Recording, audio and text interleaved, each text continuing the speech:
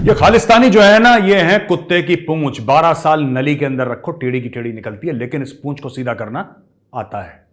और ये पूंछ सीधी होगी, वरना ये पूंछ कटेगी। सैन फ्रांसिस्को में भारत का जो एक कौंसल खाना है, उस पे भी हमला किया गया है, जो कि इंतहाई अफसोसनाक है। इसकी कोई गुंजाइश नहीं है। और ना तो ये लॉ इजाज़त देता है, ना इसकी मोरालिटी इजाज़त देती है, ना पॉलिटिकली आप ये कर सकते हैं। और particularly Vienna convention of law of treaties के तहत आपने डिप्लोमेट्स को प्रोटेक्ट करना होता है। allowing their land to be used against anything. तो ये क्या है भाई? How the hell are you different from Pakistan? How the hell are you different from Afghanistan? क्या आप अपने यहाँ इस तरीके के लोगों को अलाउ कर रहे हो? ये टेररिज्म नहीं है? What else terrorism? जब तक किसी की जान नहीं चली जाएगी, टेररिज्म नहीं होगा। जय हिंद दोस्तों, पाकिस्तान ब्रेकिंग न्यूज चैनल में आप सभी का हार्दिक स्वागत। खालिस्तानी सपोर्टर ने यूएस में इंडियन कॉन्सुलेट जो कि सैन फ्रांसिस्को में है उसके ऊपर अटैक किया और अटैक कर कर पूरे कॉन्सुलेट में आग लगा दी।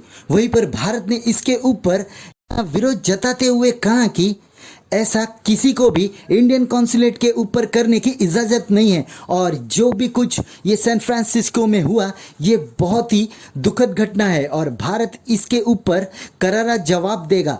वहीं पर खालिस्तानियों ने इंग्लैंड, कनाडा और अमेरिका में जाकर इंडियन एम्बेसीज और इंडियन लोगों के ऊपर लगातार हमले कर रहे हैं। तो क्या अब टाइम आ गया है कि इनको सबक सिखाया जाए? वहीं पर अब एस जयशंकर जी ने भी इसके फॉरेन मिनिस्टर से फ़ोन पर बातचीत करके इसका अपडेट लिया और कहा कि जो भी कुछ इंडियन कॉन्सुलेट के साथ सैन फ्रांसिस्को में हुआ वो ठीक नहीं था।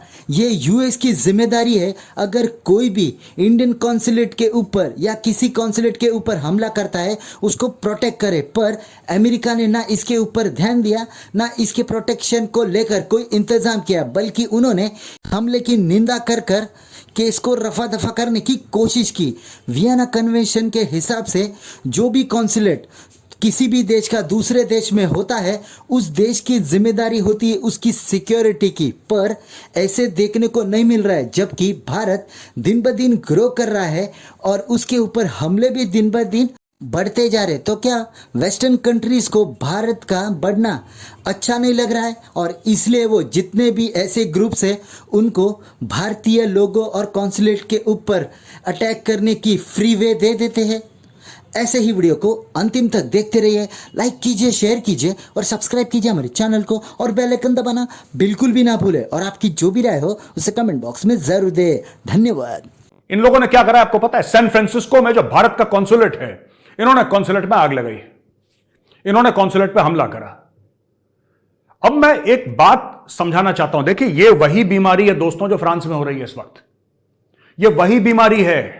जब आप सांप को अपनी आस्तीन में पालेंगे ये सांप काटेगा आपको, ठीक है? आज ये अटैक कर रहे हैं भारत के कॉन्सुलेट को, कल ही अमेरिका को अटैक करेंगे। मैं आपको बता रहा हूं, ये है नासूर। These Khalistanis are pure cancer. और मैं बार बार जो कह रहा हूं ना, मैं एक क्लैरिटी से आज बात करना चाहता हूं। बहुत हो गया यार कि ये रिपोर्ट कर देगा, ये रिपोर्ट कर देगा, तुम्हें जो मर्जी करना है वो करो यार। आज मैं बताता हूं करना क्या है इनका। इनको ठोको, इनको ठोको। मैं बता रहा हूं, जब तक इनको ठोकोगे नहीं, ये सुअर की खाल हैं। इसको धीरे धीरे निकालना पड़ता है खालिस्तानियों को, ठीक है? मैंने जो पहले बताया था वही बात रिपीट कर रहा हूं और बताऊंगा इनके साथ क्या करना है, ठीक है? ये जो हम कहते हैं ना कि डिमार्श हो गया और ये हो गया और अमेरिका को कुछ नहीं बताना, अमेरिका को कुछ नहीं बताना। आप देखो, एक बात ध्यान रखना, मैं आपको एक एग्जांपल दे रहा हूं, ठीक है? चाइनीज गवर्नमेंट जो है वो मुसलमानों के ऊपर कितना जुल्म करती है, कितना जुल्म करती है। वो 15 लाख मुसलमानों को उन्होंने जेल में डाला है, ठीक है? 15 लाख मुसलमानों को। उनका जुर्म क्या है कि वो मुसलमान घर में पैदा हुए, उनके मां बाप मुसलमान है, उनका यह जुर्म है, ठीक है? लेकिन किसी भी अलकायदा फलकायदा की औकात है जो चाइनीज एम्बेसी में अटैक कर दे? है औकात? नहीं। आज तक हुआ? नहीं। एक बार रूस के डिप्लोमेट को, इस्लामी आतंकियों ने रूस के डिप्लोमेट को अगवा कर लिया था। यह स्टोरी आप जाके देख लीजिएगा इंटरनेट पे, ठीक है? गूगल पे सर्च करिए। उन्होंने क्या करा कि रूस के डिप्लोमेट्स को, जब उसने एक डिप्लोमेट को पकड़ा तो रूस की सिक्योरिटी एजेंसीज ने बोला भाई इसको छोड़ दो। उन्होंने बोला नहीं। कह रहा ठीक है, हम आपको 24 घंटे दे रहे हैं, वरना फिर देखिएगा क्या इसका अंजाम होगा। तो मना कर दिया आतंकवादियों ने, देख लेंगे। और अपनी मांगे और दे दी रूसियों को कि भाई अगर अपना बंदा छुड़वाना है तो ये हमारी मांगे। आपको पता है रूसियों ने क्या करा? रूसियों ने उसके बाप का हाथ काट के, जो आतंकवादी था ना, उसके बाप का हाथ काट के वापस डब्बे में भेजा उसका, और बोला कि बेटा अगर तुमने 24 घंटे के अंदर हमारा डिप्लोमेट को नहीं छोड़ा ना, तो अब्बू जी का सर आ रहा है अब तुम्हारे पास पार्सल होके, बाकी तुम्हारी मर्जी है। सांप सूंघे आतंकवादियों को, लुप लुप हो गई भाई साहब, फटफट छोड़ा उसको, घर तक छोड़ के आए, माफी अलग से मांगी। ये ऐसी ही जबान समझते हैं। और ना तो ये लॉ इजाज़त देता है, ना इसकी मोरालिटी इजाज़त देती है, ना पॉलिटिकली आप ये कर सकते हैं। और particularly Vienna convention of law of treaties के तहत आपने डिप्लोमेट्स को प्रोटेक्ट करना होता है। मेरा ख्याल है इंडिया के लिए ये बड़ा सीरियस मसला बनता जा रहा है। इससे पहले अगर आपको याद हो कि बरतानिया में ऐसे हुआ, सैन फ्रांसिस्को, कनाडा, तो ये जहाँ जहाँ पे ये वाक़यात हो रहे हैं, मेरा ख्याल है कि इंडियन सरकार थोड़ी टफ नज़र आएगी वहाँ पे। This is what I find out, this is what I can see. और क्योंकि जैसे जैसे इंडिया का एक ग्लोबल जो स्टेचर बढ़ता जा रहा है, तैसे तैसे ये एक चीज़ जो है ये सामने आएगी। और ये जो खालिस्तान फ्रीडम रैली है, जिसे वो कहते हैं ना, कि ये मेरा ख्याल है कि ये इसमें वो तमाम तरीके जो इस्तेमाल किए जाते हैं, which are not political, which are not legal, which are not long term, they have no future, उनका कोई मुस्तकबिल नहीं होता। और पर्टिकुलरली अगर आपके कोई राइट्स हैं, आपने मांगने हैं, तो do it politically, do it legally. और ये नहीं है कि आप एक सॉवरन मुल्क की सॉवरन प्रॉपर्टी के ऊपर जाके उसको जो है वो तबाह करें, जला दें। एंड मेरा ख्याल है ये होस्ट गवर्नमेंट्स का काम है कि they should take care of it.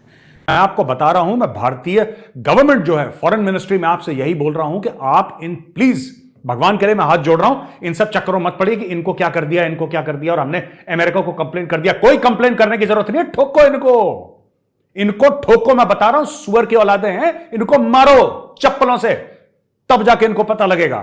ठीक है? और मैं बताता हूं, खालिस्तानियों के घर, एक खालिस्तानी का घर यहां पे भारत में खड़ा नहीं रहना चाहिए।